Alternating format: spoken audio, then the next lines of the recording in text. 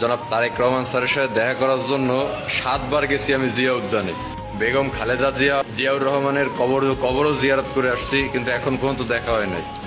যতক্ষণ পর্যন্ত তার সাথে দেখা না হবে ততক্ষণ পর্যন্ত আমি ঢাকা ছাড়বো না।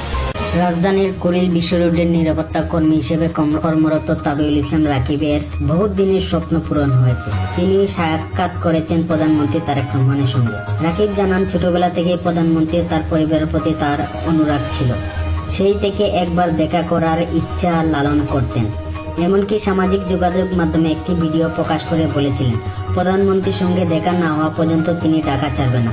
সাক্ষাৎকালে রাকিব বাগেরহাট মোড়লগঞ্জ উপজেলায় পানগুচি নদীর ওপর একটি সেতু নির্মাণের দাবি করেন। প্রধানমন্ত্রী তারেক রহমানের কাছে তুলে ধরেন। তিনি বলেন, সেতু নির্মাণ হলে হাজারো মানুষের যাতায়াতে সহজ হবে, দীর্ঘদিনের দুর্ভোগ কমবে। বহু প্রতীক্ষার সেই সাক্ষাৎ শেষে আবেগ আপ্লুত রাকিব প্রধানমন্ত্রীকে আন্তরিক কৃতজ্ঞতা জানান।